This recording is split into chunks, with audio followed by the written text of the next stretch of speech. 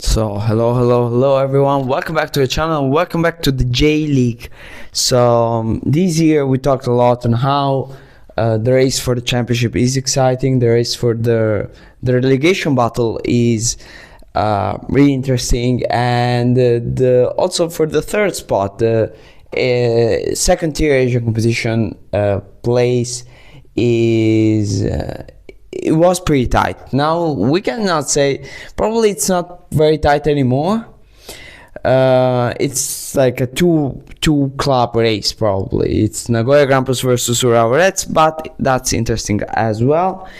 And so the 30th year of the J League has been really interesting until now, and it's gonna be interesting, I think, until the end. 4 games to go, 4 match weeks to go, and let's immediately analyze what's going to happen this match week.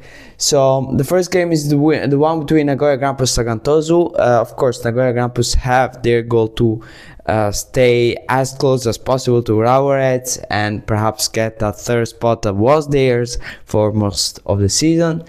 Then Kyoto Sanga against Abirex Niigata. This is a game where both teams are not fighting for anything anymore, so it is what it is. FC Tokyo against Saint Frecce Hiroshima. After the draw in the last game against Seresso Osaka at home, where is Seresso Osaka? There you go. Against Seresso Osaka at home, for Saint Frecce Hiroshima, that third spot seems gone. But a win against FC Tokyo and perhaps a loss, or a draw by Urawa Reds would give them still a little bit of a hope. Kind of a hope for Saint Frecce Hiroshima, but they need to win and then see what's going to happen.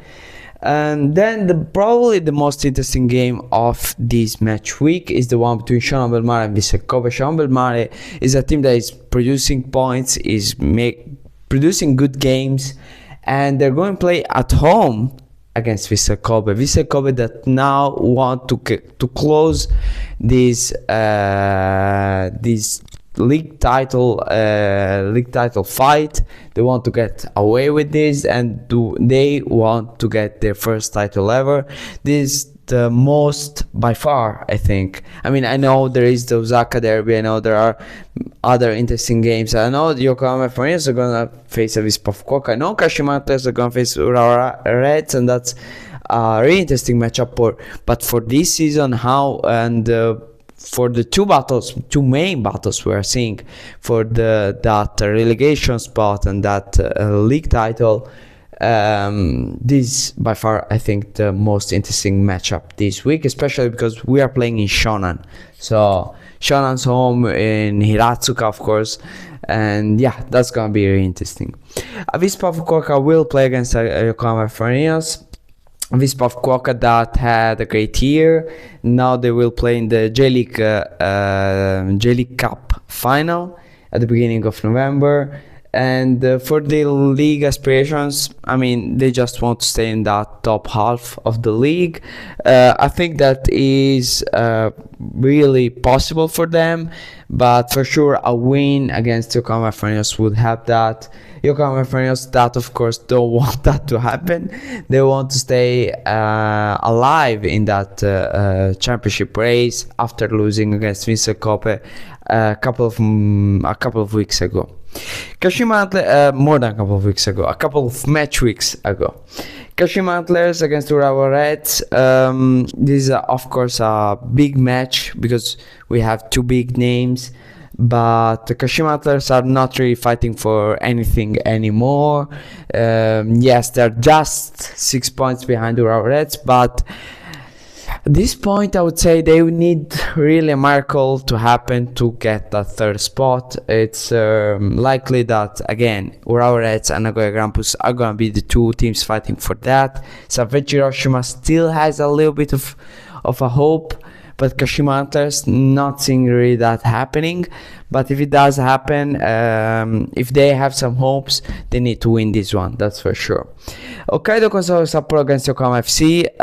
Here, this is a big opportunity for Yokohama FC. They're facing a team that doesn't really have any kind of aspiration during this year, so they need to get points, and that's really important. That's the same thing that I have to say for Kashiwa Reysol that are playing at home against, yes, a better team that is Kawasaki Frontale, but it's better than Consadole Sapporo as talent-wise this year.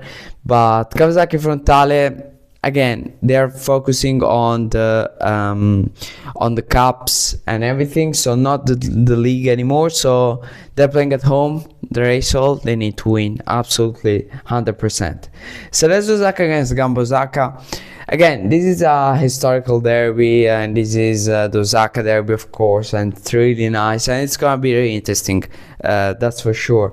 But Cerezo Osaka, after coming up with a draw in Hiroshima against Saint Frecce in the last match week, they really have no aspirations for anything anymore in this J-League season. Gamba Osaka, it's been a while that they have been out of any fight, so yeah, I mean, it's for the honor, it's for the rivalry, it's for the city, but not more than that. It's not about any other thing, this derby.